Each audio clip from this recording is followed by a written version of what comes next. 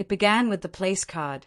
A glossy slip with my name, tucked 5 rows back, near the clattering kitchen doors, by the dessert table's edge. I gripped it, fingers lingering. She didn't glance my way when I entered. No nod, no warmth. But she stood for him, her ex-husband, Paul, who strolled in, grinning like he owned the day. He claimed the front row, a seat carved for a father. My wife's former love, sharp in a navy suit, tie mirroring my daughter's flowers. They called him the benefactor, a term meant to dull the sting, but it sliced. Whispers buzzed, too loud, too sharp. She invited him. He funded the affair. Poor Thomas. I kept my mask on, smiled on cue, sipped whiskey when I didn't. Then they nudged me from the family row. Seats saved for the key figures, they said. So I shifted 5 rows back, where shadows pooled. Alone, I watched my daughter glide down the aisle, luminous, ethereal. Her eyes found Paul, not me. At the reception, I hovered on the fringes, a sentinel with no charge. My wife and Paul, too near, their laughter drowning the band. He filled her glass. She let his fingers graze her face. My daughter called him Dad in passing. No jest, no correction. A quiet fracture, like a bone giving way under strain. No one noticed, or cared. I lingered in the bathroom, splashing water, staring at my reflection until it blurred. Passing the bridesmaids, I caught their murmurs. I thought he was her real dad. The other snorted. No, just the guy who married her mom. Second best. I slipped out before the cake, unnoticed, like a guest who'd overstayed. I didn't go home. I drove, aimless, under streetlights, replaying years spent building a family that wasn't mine. Paul's shadow never left. My wife kept him close. I was useful, not vital.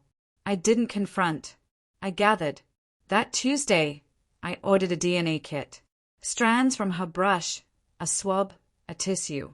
Small betrayals mailed in a plain envelope, marked urgent in unsteady ink. The clerk grinned, oblivious.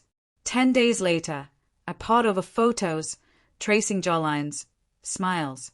Paul's matched hers. Mine didn't. Her birth certificate? No father listed, just a blank. Phone logs showed late-night calls. My wife and Paul, routine, hidden. She'd mentioned his logistics firm. She handled his books. But not the weekend retreat last spring, or the $7,000 withdrawn before the wedding, tied to a hotel in his name, 2 guests. I catalogued it all. Dates, receipts, truths like razor cuts. The results arrived, a sterile envelope. I opened it, steady. Paternity probability, 0%. I read it twice, whispered it once. Tucked it in my briefcase. Downstairs, she scrolled her phone at the kitchen table. I slid the paper to her, silent. Her eyes flicked, froze. Silence coiled. Thomas, I raised a hand, not to hush, to halt. She didn't weep, but her jaw trembled. I stepped back, unblinking. The next Sunday, I returned to the venue. Same suit, new man. A post-wedding brunch, cozy, unguarded. They didn't expect me. I carried a bound journal, photos, logs, the test. Mid-toast, I handed it to my daughter. Her face crumpled as she read. My wife stood, eyes wide. Paul reached for it. I let him. To the room, I said. Now you know who paid for what. I walked out, no glance back.